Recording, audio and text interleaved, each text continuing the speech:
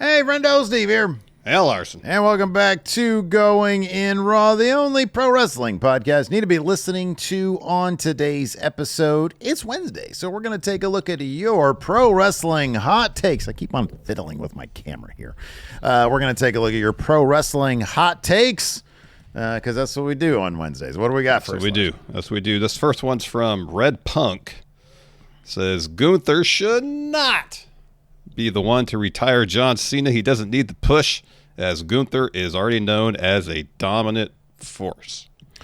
So I kind of wonder, and this would be kind of typical of WWE right now, I wonder if they're kind of using John Cena to build to Gunther versus Brock at WrestleMania, which is kind of a shame because really the focus should be on what's best for John Cena's last run. I personally agree with this take. I think that Gunther doesn't need it. I don't think it really adds much to his leg. I mean, in one respect it does. He's the guy that retired John Cena coming out of this. But right now, for what WWE needs, they need another bad guy that could really, really use this. And so my pick would have been Drew McIntyre. I think he's completely drowning in mid right now after coming off a really great 2024. You need a big, dominant bad guy, and Drew McIntyre's kind of that guy that I think you need. Gunther's already been established, but you need kind of more of a razzle-dazzle bad guy like a Drew McIntyre. And so I feel like the way his character is would fit so much more and get so much more out of a John Cena, retirement situation. Gunther is sort of Gunther. I agree with it. He's established already. So, yeah, I agree with this. You know me. All the wins, all the success, all the high-profile stuff for Gunther, Yeah, sure. I think Gunther's one of the best in the world. Yeah. And I don't know. I'm kind of two minds because I don't necessarily disagree with the idea that he doesn't need this to be taken to the next level. He's already set the record for the longest Intercontinental Championship reign. He had the World Heavyweight Championship twice, once for a pretty good long reign. Let me ask you this question really quick.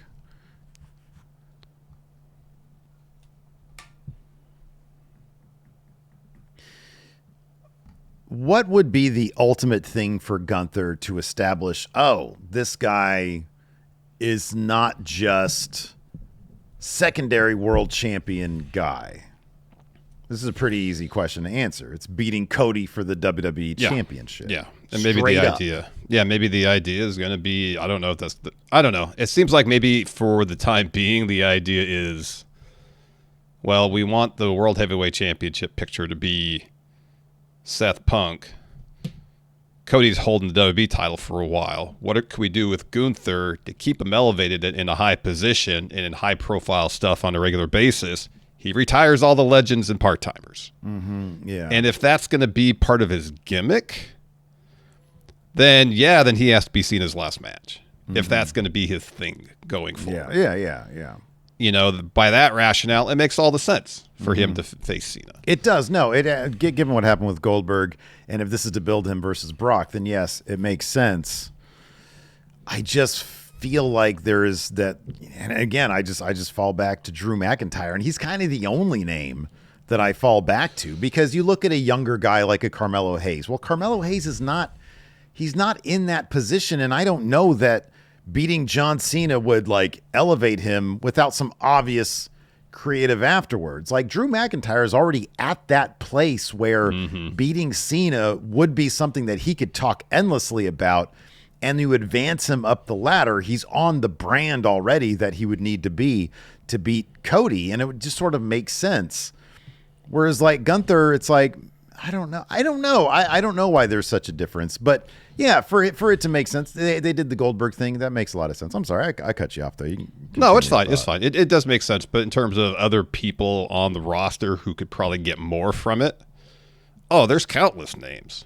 You mentioned Drew. He would get a ton from it. That would kind of to a degree, potentially rehabilitate his character where he can get over this thing where he's his own worst enemy most of the time. People need to be at a certain point already to benefit from this. That's, I guess, my point. Yeah, I think so. If they call up, or sorry, if they have Nathan Frazier be the one to beat Cena, it's the shock thing, but then there's some serious work they got to do afterwards to maintain that momentum that he might get from beating John Cena. Yeah. But you got someone like Drew McIntyre, who is kind of, flirted with being a consistent main eventer over the last year, but always kind of fallen short. He would get a lot from it.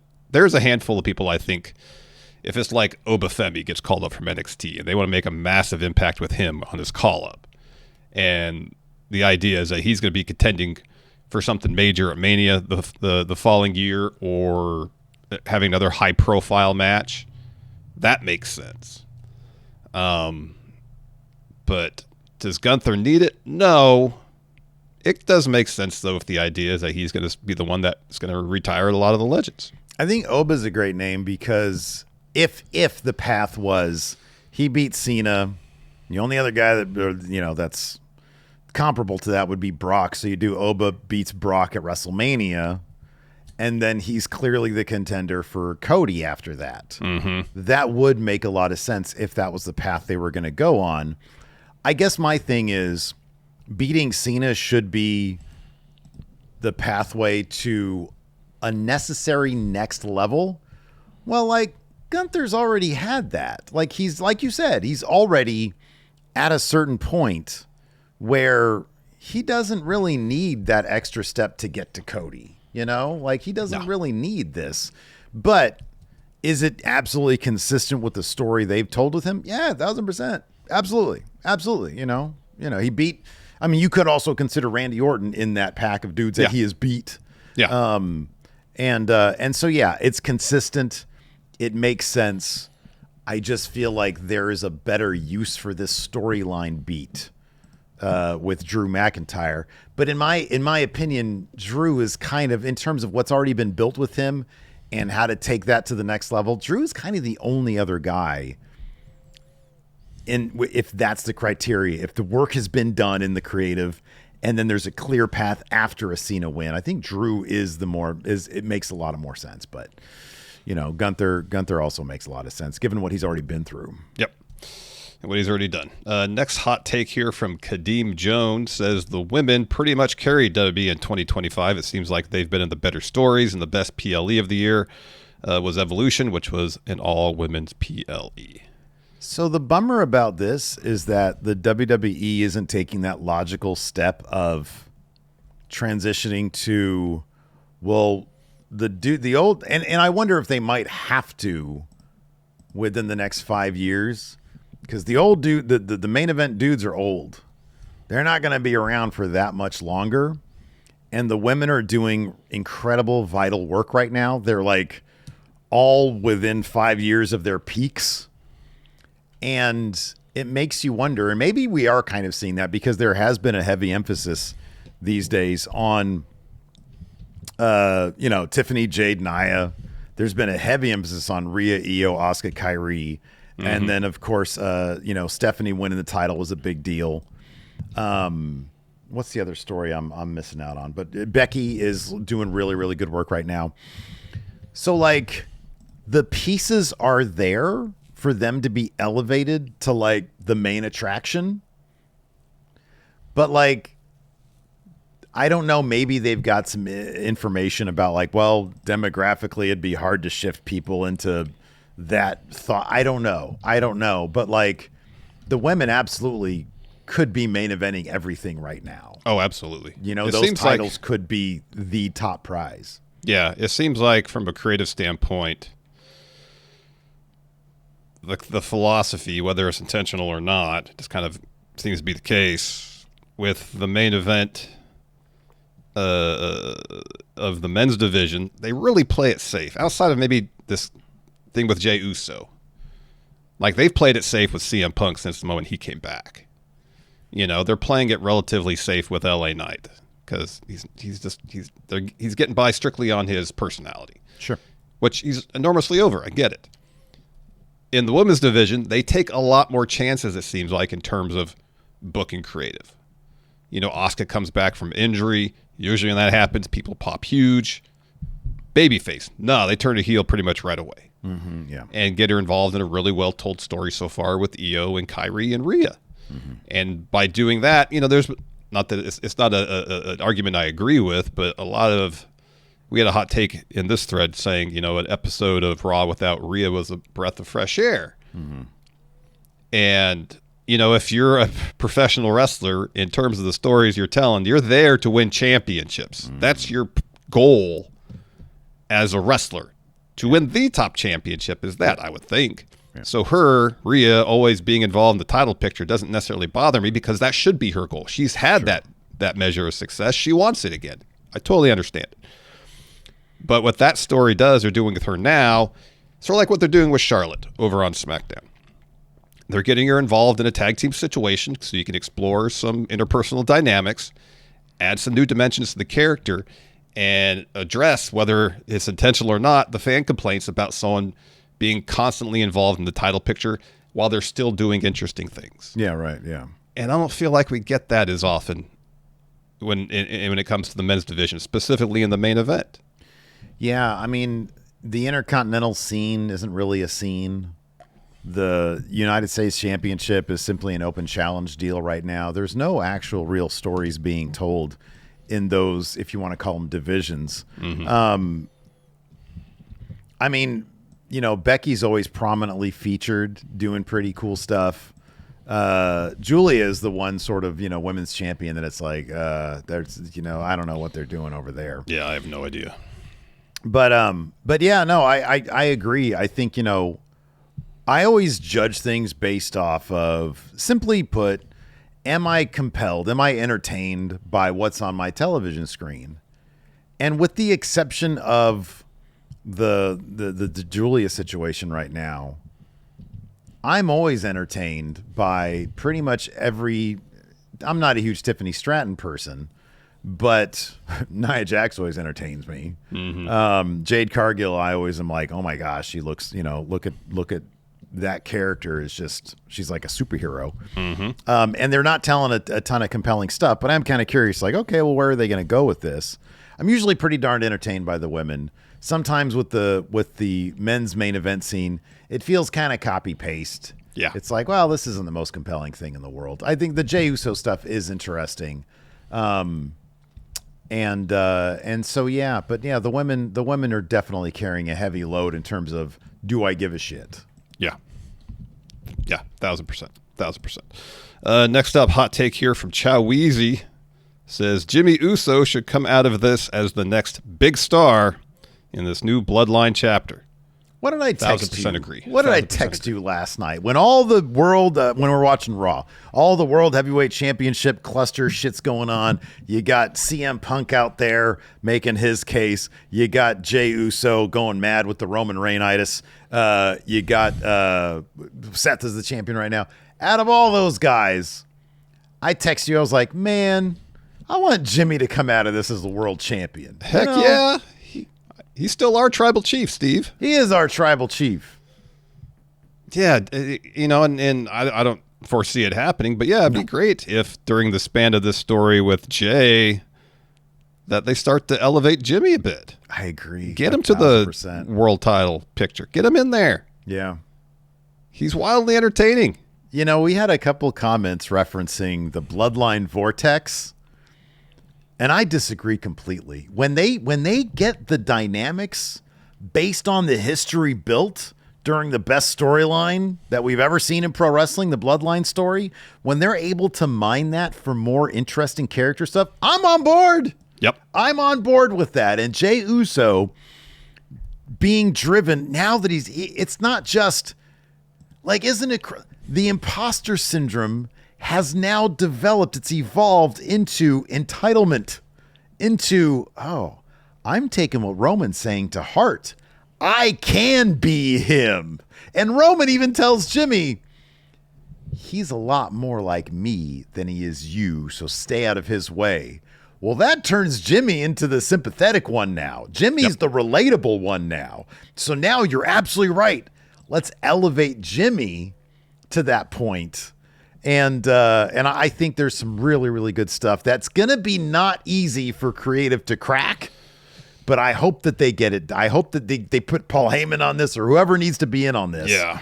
Because that's a hell of a character they could build up with Jimmy. You know what they need to do with Jimmy, and I'm not saying replicate it beat for beat because you can't do that. You got to put Jimmy in situations that allow him to stretch as a performer like we got with Jay during the Bloodline saga. Yeah. Because that is what really cultivated the following he has now. Yeah. Because people saw the work he did. He was like the emotional anchor for so much of the Bloodline stuff, and people related to him. Mm-hmm. And you got to put Jimmy in a similar situation so he gets the crowd behind him in a similar fashion. Obviously, you can't do it beat for beat because the situation's different now. Mm-hmm. Sure, yeah. But take what worked and find ways to use that for what they're doing going forward. And they totally could do it if they want to. Yeah.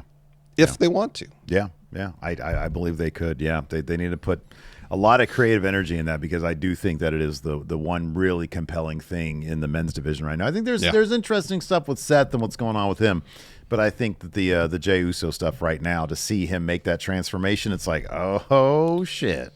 Yeah, because that's good stuff. It's a long-term thing too with Jey, whereas Seth, what they're doing now could be done and over with by Saturday. You know what I mean? Yeah, right. Yeah. The doubts he's having about himself. If he beats Cody, doubts are gone. He's going to come out, drop another promo. I'm the vision. I'm the future. Everything runs through me. Yeah. And then we'll get more CM Punk in him, I guess. I don't know. Yep. Anyways, we're going to get more of these hot takes in. But first, we've got a sponsor for the show this week, so we're going to talk about them for a moment. Let's do it. This episode of Going in Raw is sponsored by BetterHelp. Circle your calendars. Friday, October 10th is World Mental Health Day, Steve, and BetterHelp is shining a spotlight on the therapists who have listened and helped someone take a step forward. Now, I've spoken about my own mental health journey here on the show, and I can attest that finding the right therapist can change everything. Back when I was going to therapy about 20 years ago, it took me several tries to find someone I felt comfortable talking to about the severe anxiety I was dealing with, but once I did, I started learning the tools I needed to better cope with my anxiety and got my life back on track. And thankfully, it's not 2005 anymore, Larson, because nowadays, BetterHelp does the initial matching work for you so you can focus on your therapy goals. All you got to do to get started is fill out a short questionnaire to identify your needs and preferences, and BetterHelp's 12-plus years of experience and industry-leading match fulfillment rate means they typically get it right the first time. But if you're not happy with your initial match, you can switch therapists at any time from their tailored recommendations. This World Mental Health Day, we're celebrating the therapists who've helped millions of people take a step forward. If you're ready to find the right therapist for you, BetterHelp can help you start that journey. Our listeners get 10% off their first month at BetterHelp.com/raw. That's BetterHelp, HELP.com/raw. All right, moving on to the next hot take. This one comes to us from Drew Bloom, who says Cody should beat Seth again. It would be interesting for Seth's character to have him further spiral into madness, and it could lead to Heyman and the rest of the division having doubts about him. It would be the more interesting approach in terms of providing Seth's character with more dimension. Give him an easy way to explore the dynamics between members of the division, something they're kind of, most of the time, hesitant to do, seemingly. At least with any real depth to it. But having Seth take that L, yeah. I mean, they haven't really addressed when Seth was gone for that bit when he was faking the injury and Braun's like, I'm leader now. They haven't really addressed that. I know. It's such a bummer. As much as we just talked about them putting creative energy into the bloodline, it does seem like they're kind of playing it way too safe with the Vision in that respect right now. The only reason Batista got over to the degree that he did back in 2005 is because they actually laid the groundwork. We saw the interpersonal dynamics between these wrestlers, and then it got to the point where Batista gave the old thumbs down to the game Triple H. And you need something like that similar with the Vision. What's a different approach they could take with Seth winning against Cody? Because obviously him losing yes, could create all sorts of opportunities. That being said, I do think that it would also, whoever ends up beating Seth, if it's Punk, for example, at WrestleMania, it still kind of makes that title. It's still sort of like, oh, well, it's still the Gunther title. I think one of the opportunity here to elevate that World Heavyweight Championship, I think, is too good to pass up. Seth wins. What's a good way to indulge in these stories as well? Well, something they could do is still have Seth win, and he says to Heyman, to Braun and Bronson, I got to do this myself. I need to do this myself. I got to beat Cody one-on-one. No help. During the match, Heyman makes the call to send out Braun and Bronson to help Seth win. So collectively as a group, yes, we got the victory, but that doesn't dispel any of Seth's doubts about himself. That would probably be the way they'd go about doing it, to have him win, yet maintain that kind of story arc for him. Here's one thing you could do as well. Add another member to the vision. Somebody that Paul Heyman enlists that Seth is maybe unaware of. Mm-hmm. Dude comes out, helps Seth, and then Seth has to contend with Paul Heyman not necessarily having faith in him to get it done, because he would have done what you just said. Braun and Bronson, stay back here. Don't help me. So, yeah, I think there's a number of ways you can have Seth get this win and still find new ways to foster doubt in himself, because the insecurities is the interesting bit. Yep. And hopefully they're able to mine that stuff. I'm just sort of thinking of a way that, okay, Seth gets this win. Where does Braun find his own? Or I feel like probably the path they'll probably end up taking is simply Seth gets the win. He tasks Braun and Bronson with getting the tag titles. They do that. But at some point you have to put Braun and Bronson on the path where this isn't enough for us. Yeah. And if Bronson Reed ends up beating Roman Reigns, he can take that and say, well, you might be champion, but look what I did. I beat Roman Reigns. Mm-hmm. He's like the championship guy. And maybe maybe he can turn that around on Braun and be like, well, Braun, what have you done exactly? You have to start introducing personal ambitions and egos to this equation. Yep. Because Braun Breaker's not going to want to wait to main event WrestleMania. Why should he have to wait? Yeah. He wants it now. Yep. And Bronson Reed, too. If he beats Roman Reigns, he could be like, I beat Mr. WrestleMania. So, yeah, they need to, regardless of what happens, of what the outcome is, I don't think it's contingent on Seth winning or losing. It's contingent on creative putting their efforts into these characters. Exactly. Hot take here from Angel Zeros. So Seth Rollins is the best developed character in WWE history. I think of anybody in the main roster currently, I'd give Roman an edge over Seth.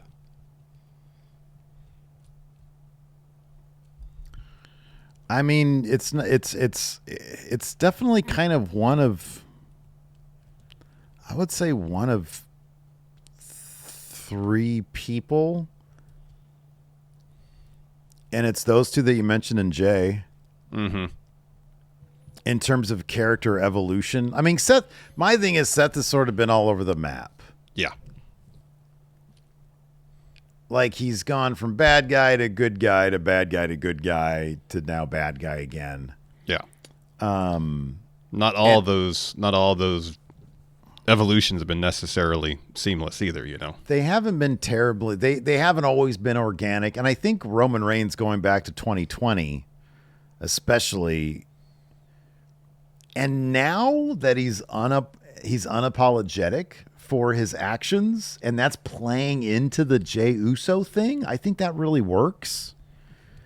And in fact, that's one thing Jimmy really could throw at Jey is, Roman's hyping you up, but he never really took accountability for how he treated you back then. And Jay doing mental gymnastics to justify that, I think could be interesting as well.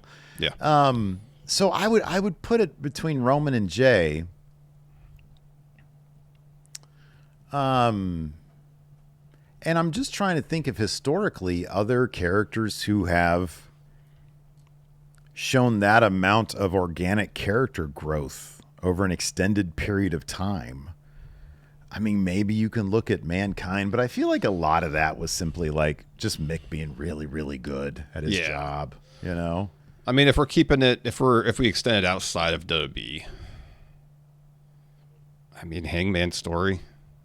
Sure. Yeah. It's about as, organic or seamless as you could do it. Yeah. Yeah, I'm trying to think of others where like there was a real close attention paid to the character evolution. Yeah.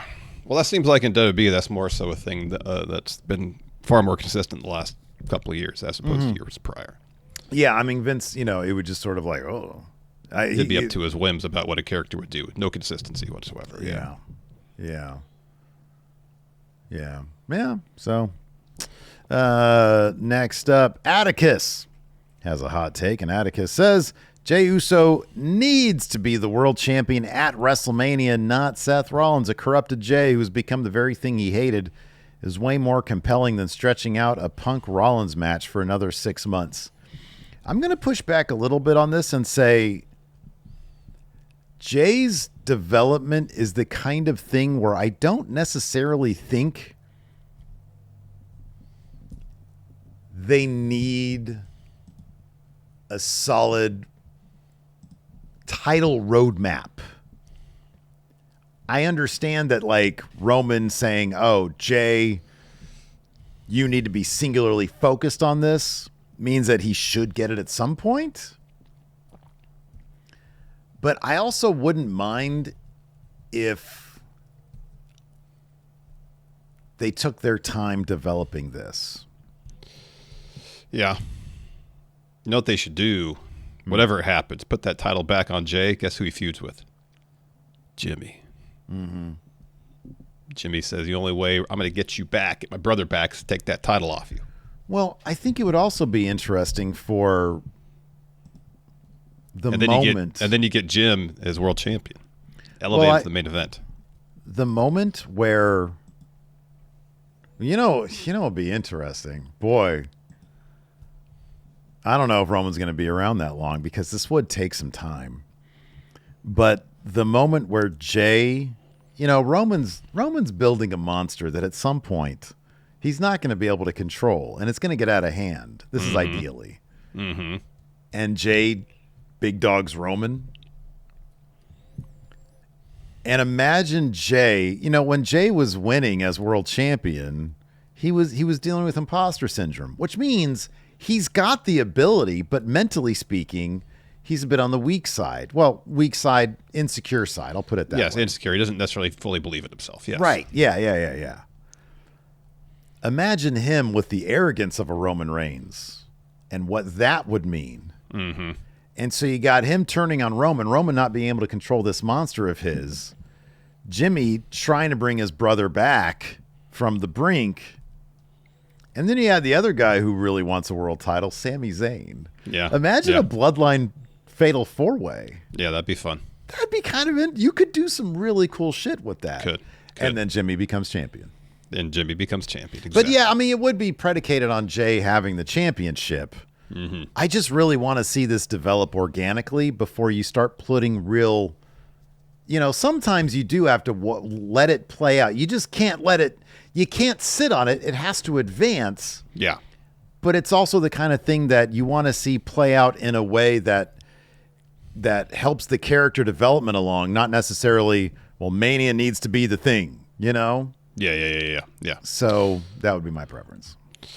Next up here from Ryan here says Asuka, Kyrie, and Io are doing the best emotional and drama acting in WWE right now. So it's a very specific thing that they're doing. It's very kind of overacty, but I fucking love it. And I think that there's room for variety in performance. Oh yeah. And I mean, I don't even know. It is very honestly when I watch it, it seems very inspired by anime, and I think it's great. I think it's so much fun to watch that variety of performance. Not everything needs to be subtle, and they're not that. And I think that the approach that they're taking, I think, is a lot of fun. Yeah, there is the melodrama there, but also like the emotion feels real. Mm-hmm. You can definitely tell Kyrie is torn about what's going on. Yeah, and the performances are kind of larger than life. They're theatrical, but I feel like all of the emotional aspect of those performers are very much rooted in something real and genuine, and I think that's what people are gravitating towards. Yeah. It's like situations like that make sense. They're relatable. And it's also mining the history of these characters, which you're never going to go wrong with that. And it doesn't hurt that they're all S-tier performers in the ring. Oh yeah. And EO is like one of the most popular people. I mean, they've got, at least 3 of the 4 are some of the most popular characters we've seen. And Kyrie is, she's been pretty popular herself. Mm-hmm. But Asuka, Rhea, and EO, oh my God. Like the crowd fucking absolutely eats up everything they do. Yep. So yeah, they've got some really good stuff with that. They do. Joker Smiley here says Mercedes Moné has done more for independent wrestling than WBID program. What is WWID program even done for indie wrestling? I don't think they've really done anything for indie wrestling, honestly. I mean, dude, and I'm not trying to be fucking snarky or anything, but like, what has, like... Well, the thing about WBID, it was not invented to benefit independent wrestling. It was done to benefit WWE.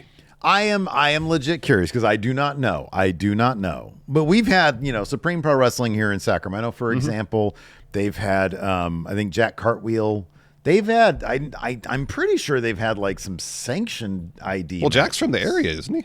Yeah, he is. Yeah. But, there's like sanctioned ID matches. Yeah. And then there are just people that you can advertise as ID. Yeah. And I want to say that SPW has had some sanctioned matches. I could be wrong about that.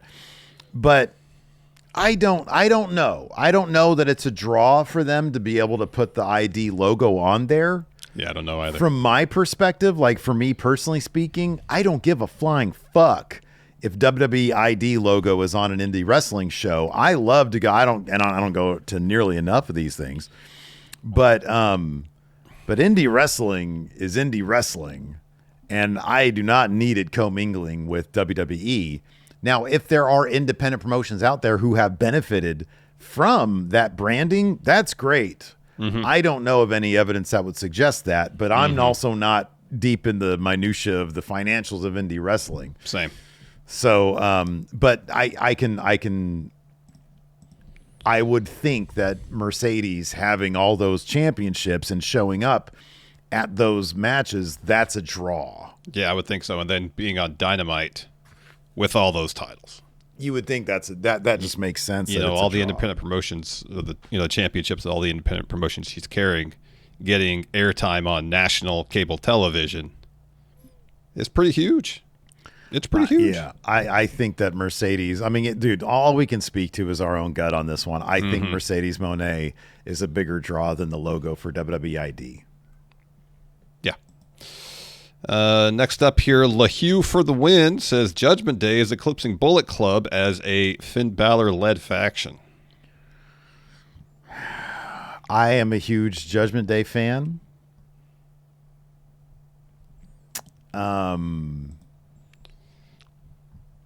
Boy, I don't think you can underestimate for a spell the impact that the Bullet Club had on pro wrestling. And I know for the most part that happened after Finn left. He started it, Oh, yeah. Yeah. So you got to give him credit for it to a degree. Yeah, absolutely. And while Judgment Day, I think, along with the Bloodline, they're the other faction that they really take the time to explore those interpersonal dynamics between the members. Oh, yeah, absolutely. And there's been some great stuff. I think in terms of enjoyable television, this is a maybe. maybe Judgment Day's had more opportunities just simply because they've been a thing longer than maybe Finn was in Bullet Club. I'll have to check that. Yeah. But I don't know. I mean, for a spell, Bullet Club, you can buy Bullet Club shirts in Hot Topic. I don't think you'll ever find a Judgment Day shirt in Hot Topic. They got plenty of WWE stuff there. But yeah, I take your point. That shit was selling out at Hot Topic. Like that was like, and it's not WWE branded. Nope. Yeah, dude. Bullet Club really changed the fucking industry. Yep. So if any way you cut it, like, okay, yeah, maybe on weekly television, but like, New Japan had those promos or those bits where Bullet Club would go into a restaurant and Finn Balor would start chopping a guy, or Prince Devitt, or in the locker room they'd be like, giving shit to the interview reporter guy, and it was just so entertaining. So I don't know, man. I think Bullet Club, is for life. I love Judgment Day. I think they're a lot of fun, but it's Bullet Club is number one. Bullet Club is Ichiban. Ascent here says Maxine Dupree should have a more serious character. I think if Natty's character becomes a thing at WWE, Maxine should follow in Natty's footsteps. They become a tag team, potentially a threat for the women's tag team championships. I think that's a pretty decent long-term plan right there. I do think that, obviously it behooved them to do something with this win over Becky Lynch, even though it was a count out. I'm sure they're going to do the thing where Becky gets, probably an easy win over her in another match, because they like to protect their stars. But yeah, I do think that this would be a great time to give a little boost to Maxine in terms of a change in her character, a turning point in her character where she starts believing in herself and she starts racking up some wins. And yeah, I think the idea of putting her with, that version of Natalya, the Bloodsport Natty, I think that'd be a killer idea. Sorry, go ahead. I was just going to, my last punctuating thing would be, I wonder if them keeping her the way she is, they would view as they want to keep her as that sort of lovable underdog as opposed to let's rebrand her as badass. Well, there's some interesting dynamics you can explore there where Maxine is torn about what to do.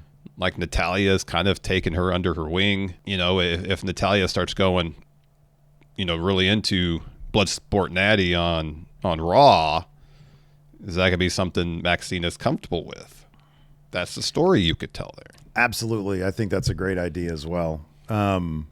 Because if you want, getting a count out win over Becky is great, but getting like a solid actual win over Natalya after being her understudy and maybe getting a little bit, Natalya's taking liberties. She's getting a little too, harsh with her. Maybe a little bit of jealousy wanting to get some of her spotlight back. I don't know.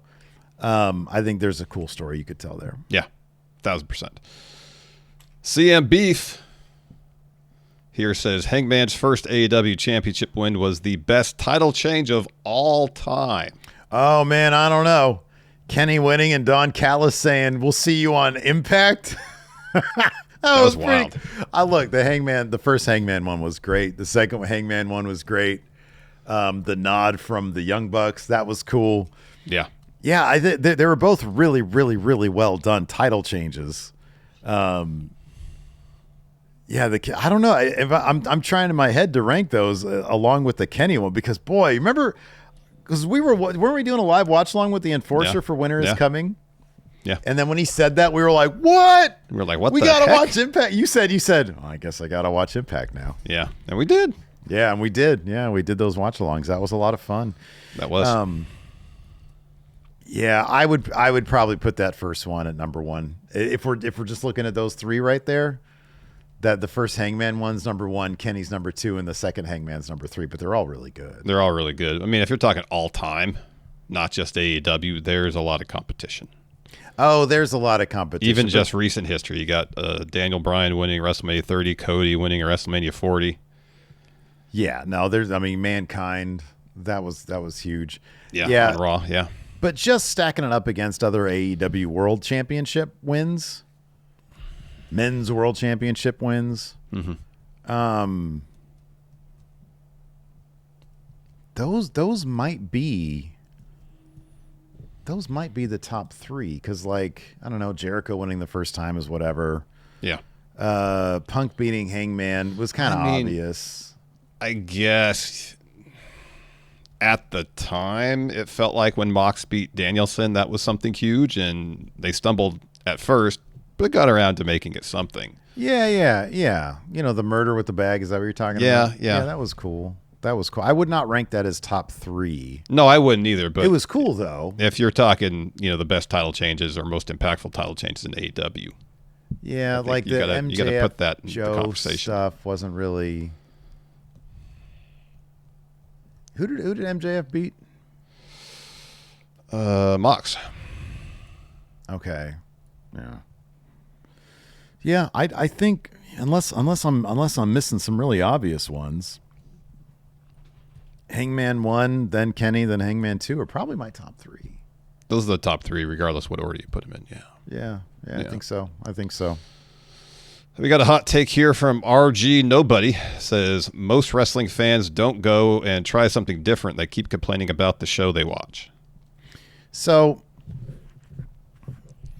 it's funny because like I've seen this comment both here and then I did like a Wrestle Juice video sort of just talking about the social media conversation about it. And, you know, a couple people pointed out sometimes some being kind of helpful and some just being kind of snarky, like, well, I hate that you just, you know, you say wrestling's down, but you're just talking about WWE. What about Stardom and CMLL? And it's like, you know, this is a podcast that covers WWE and AEW because they are the two promotions in America on American cable television, English speaking, that we have chosen to talk about, to cover, because it's the largest audience that it has. So yes, when we discuss wrestling in generally speaking, we're talking about WWE, maybe AEW. From what I understand, Stardom's doing great stuff right now, and that's awesome. If you like that, that's great. Like, we've got so much bandwidth that we can cover wrestling here that we don't really have that bandwidth to pay attention to Stardom at this point. Or CMLL. I understand CMLL is doing really, really cool shit right now, and that's great. But like, that's not part of the larger conversation that we cover. Yeah. So when we say something generic like, oh, wrestling is mid right now, yeah, we're talking about the wrestling that we cover, which happens to be WWE and AEW. Yeah, 1,000%. 1,000%. You know, how we approach what we watch, you know, as being fans of pro wrestling, plus being content creators who cover pro wrestling, obviously covering WWE and AEW is better for our bottom line because those are the most easily accessible, most popular wrestling promotions here in the States. It's essential for our bottom line. It is essential. And most of our viewers live in the United States. This is the wrestling that they are watching. Yeah. This is the wrestling that they're interested in too. You know, that's not to say that there's been times where we watched, you know, we were watching New Japan for a while. We were watching Impact. If there's something that is of interest to us, so much so that we're willing to put some bandwidth aside to cover it, we have done it in the past, and it's not to say we won't necessarily do it in the future. Yeah, but it's got to be something pretty like, you know, breaking through all the conversations and being like, oh my God, you got, and I don't know if, I mean, I you know, like you said, we would if it happened. I'd be really shocked if something penetrated the way New Japan penetrated WWE conversations back in 2017. Yeah. You know, AEW sort of took that from us. And I'll also say this. WWE and AEW, number one, I do think that there is an analogy to be made in terms of like, well, I like WWE. It gives me the equivalent to, let's say, the Marvel Cinematic Universe, right? AEW does something different than WWE. They focus on craft. Yeah. They focus on performance. Yeah. And this is completely like a really lazy analogy, but it's like saying, well, you don't like the Marvel stuff, go check out the A24 stuff. I love A24, you love A24. But it doesn't do the same thing that Marvel does. And a lot of fans, they just want the Marvel stuff, and they want the Marvel stuff to be better. Yeah. And I don't think it's out of pocket for them to be like, I like WWE's presentation. I've seen them when they've been really good.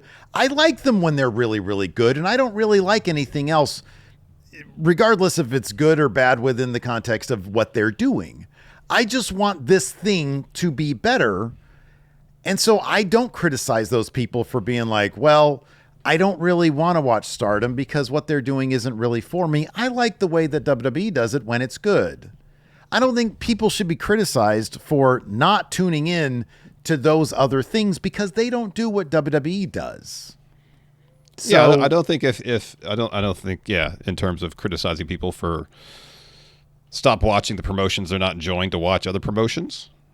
Well, if people watch WWE because they enjoy WWE when they're doing it at their best, and they want to see that company put forth the best TV they can week in and week out. Because we've seen some really good stuff from them. Yeah. And it'd be great to see that on a more regular basis. Yeah. Yeah. I think that's the nature of the criticism at WWE. It's not a situation where people are like, they're just trashing it for the sake of, although some people might be. I think by and large, the criticism that's being levied towards WWE in good faith is, we've seen you do good stuff. Look at the Bloodline stuff. Some of the best wrestling storytelling ever. Can we get more of that, please? Mm-hmm, yeah. I think that's the extent of it. And people are going to watch what they're going to watch. And if they're watching something, if they're dedicating their time to it and their energy to following the product, and it's not giving them the satisfaction they need, sure, they can stop watching it. That's their prerogative. But also, I think they can say, hey, do better. Yeah, I think it's valid. I think, and a lot of fans, they've been watching for a very long time. Their reference point is the history of WWE. So it's like, okay, well, don't watch it if you're complaining, or if you don't like it, or if you're complaining about it, go watch something else. Well, does something else have Cody Rhodes in it? Does something else have Drew McIntyre in it? Does something else have, you know what I mean? Like, okay, well, so often the wrestlers are the draw. Yeah. You just want to see them being written well. Yep. And it's vice versa. If you're watching Stardom and they're kicking ass, and then one day it's like, oh man, this is kind of sucking. Nobody would suggest, well, why don't you go watch WWE? Well, because none of the shit that I like in Stardom is in WWE, so why would I do that? Exactly. So, yeah, I don't know. It's when people complain about a thing, I don't necessarily think the answer is, well, go watch a different promotion, because every promotion does their own thing. Are they alternatives to each other? Sure, in a macro sense, in a larger sense. But if you get burnt out on one thing, then you're probably just going to stop watching that thing. And hey, if you pick up something else, then great. That's awesome. Yeah. That's cool. Yeah. But I do think that criticism I've seen levied, and it's like, I don't think it's as simple as like, well, I don't like WWE anymore. I'm going to go watch something else that's completely different, even if it's within the same general umbrella of entertainment. Mm-hmm. Mm-hmm. Gorilla Mon here with a hot take. Cold take for me, though. Says, sorry, Steve, but Ann Larson is right. The Prime bottle should have been a disqualification. Yeah, you're not going to get me to... You can say sorry, Steve, all you want on this one. A light, gentle tap from an empty Prime bottle. It's a foreign object. Can't hit them with a foreign not object. Disqualified. Maxine didn't even move. She didn't even budge. This was more a humiliation ritual. This is a big nothing. Foreign object should be a DQ. The ref. Are we going to have consistent rules, or are we not? Well, it's wrestling. You know the answer to that question. Number one, every ref has their own discretion. Could you imagine that crowd? I'm just going to stop this match because of this one little humiliation moment. Didn't do any. If she blasted her over the head with a filled bottle of that swill Prime, and Maxine was like, well then yeah, of course it's a DQ. But a little gentle baby tap with an empty bottle, a plastic empty bottle, a display. Come on, that's just a recipe for bad wrestling right there. Well, then Becky shouldn't have hit her with the foreign object and disappointed the fans in such a way. Should have been DQ. Ozzy here. Final hot take. says grunge would have never achieved mainstream success without Smells Like Teen Spirit. Well, yeah. So you don't think pretty cold take here. You think you actually believe that? I mean, I don't know anything different because that's what history has told us. You know what I mean? Yeah, I know, but I think grunge blew up because of Smells Like Teen Spirit. But if wasn't like the music video for Alive in rotation before Smells Like Teen Spirit? Maybe I'm wrong. I don't think. Look, dude. I don't think so. I could be wrong about that, but I don't even know if. I mean, I know you're going to look up the release dates. But I don't know when things. I think probably if you look up like when they charted, that's probably the better indication. Well, 10 was released a month before. Right, but like when did? Because Alive was the first single off of 10. It was Alive, then Even Flow, then Jeremy. Yeah. I think. No, that's correct. Is that right? That's correct. I'm curious when it's I'll put it this way. It's entirely possible that Smells Like Teen Spirit, well, we know that Smells Like Teen Spirit really jump-started the grunge era. Yeah. Without that, the question is, would Alive, Even Flow, Jeremy, Them Bones, whatever Alice in Chains had going at the time. Hunger Strike. Yeah, I don't know about Hunger Strike. Would they have filled the void and have elevated grunge to anywhere close to where it eventually got? I think there's a cool conversation to have there. There could be a conversation there. I don't know. I'm looking up to see when Smells Like Teen Spirit. I mean, it was evidently like MTV put it in regular rotation pretty quickly. So it was released as a single September 10th. Mm-hmm. And then 91? Yeah. Okay. And then it got into regular daytime rotation by the end of that month. If we had that same info about Alive, that would illustrate a lot. Well, yeah, give me a second. The song peaked at number 6 on the Billboard Hot 100 singles charts. The same week Nirvana reached number 1 on the album charts. I don't know. I don't have the week in front of me, though. Okay. All right. Give me a second. I mean, I guess it depends on what you define as mainstream success. If Pearl Jam, Alice in Chains, and Soundgarden, if they would have reached anything comparable to the chart success that they had, I kind of feel like it would have been fine.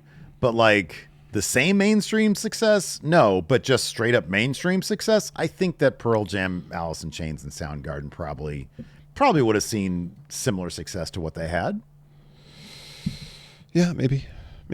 I think it's possible. I don't think it's out of pocket to say, I think they probably would have been, maybe if they wouldn't have been like blown up as much as they did. But like, you can't tell me that Jeremy music video wouldn't have completely, blown up the way it did anyways. I think it probably would have.